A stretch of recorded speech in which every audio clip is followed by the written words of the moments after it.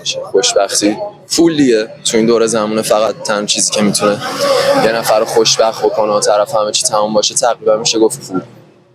100% پول دیگه. حالا بقیه‌اش برای ذهن آروم، خانواده، زن ساله، ولی 80-90% پوله. یعنی شما 80-90% خوشبختی رو پول میدونید، 10 تا 20% بقیه رو ذهن آروم، سلامتی خانواده و بله دیگه، خود سلامتی فرد. بسیار عالی. شما چطور؟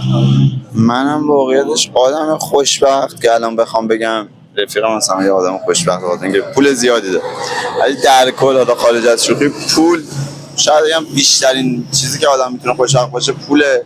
بعد سلامتی، این که آدم درگیر مریضی نباشه، یه زندگی خوب آروم بدون مثلا دعوا جدل. اول پول، بعد یکم سلامتی. اول پول یکم سلامتی. بله. یعنی پول باید باشه. بله بعدش حتما. سلامتی. بله. حالا اگه قرار باشه بین پول و سلامتی انتخاب کنی کدوم انتخاب میکنی؟ پول. اصلا